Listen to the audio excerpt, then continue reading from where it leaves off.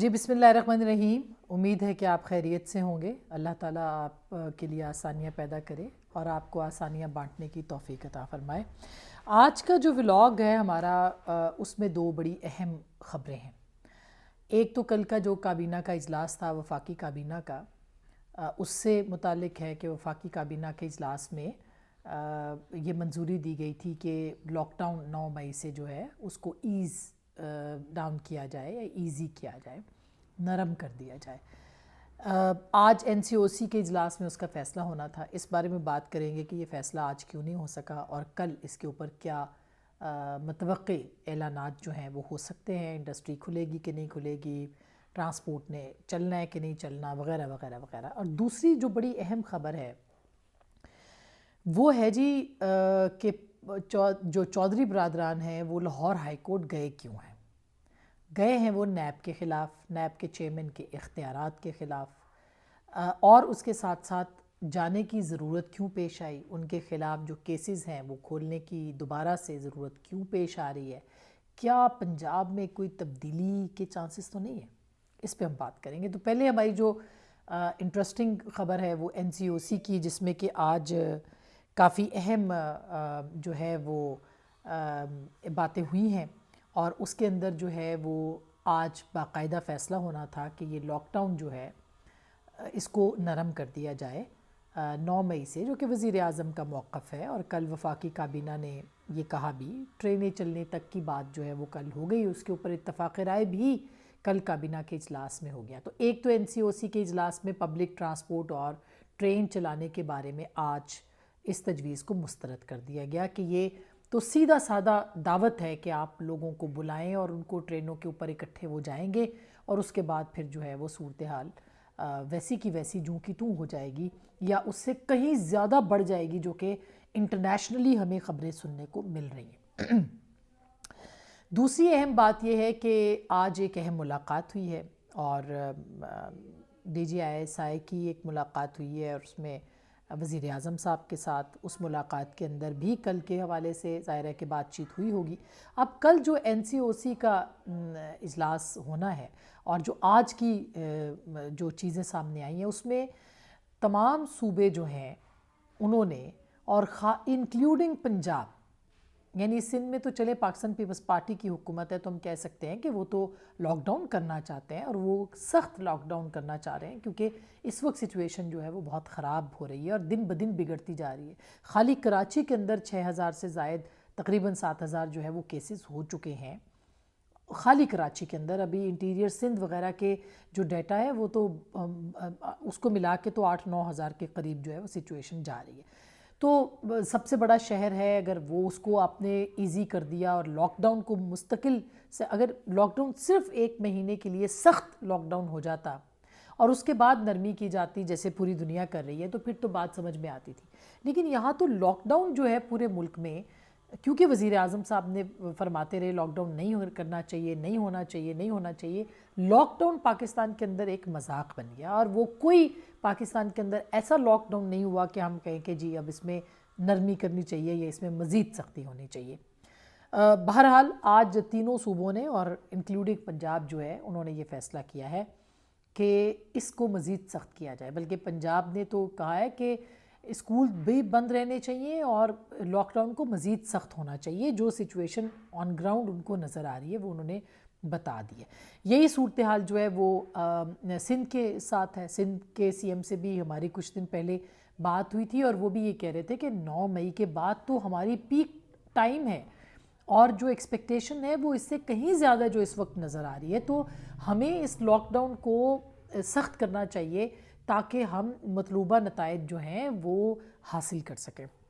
دوسری طرف گلگت بلتستان ہے، آزاد کشمیر ہے، وہ بھی یہی چاہتے ہیں. آزاد کشمیر ظاہر ہے کہ پاکستان کے ساتھ ہے، اس کا وہ چاہتے ہیں کہ اس کو جو ہے وہ زیادہ سخت کیا جانا چاہیے. گلگت بلتستان بھی چاہتا ہے سخت کیا جائے. بلوچستان نے تو آلریڈی 19 مئی تک جو ہے وہ ایکسٹینڈ کر دیا ہے اپنا جو لاک ڈاؤن ہے، وہ اس میں نرمی کرنے کی بات نہیں کر رہے. تو پیچھے رہ گئی ایک وفاقی حکومت یعنی فیڈرل گورنمنٹ، اور وہ ہے ہمارا اسلام آباد شہر. اگر اس وقت کمپیریزن کیا جائے تو اسلام آباد کا جو نمبر ہے وہ گلگت بلتستان پورے سے زیادہ ہے.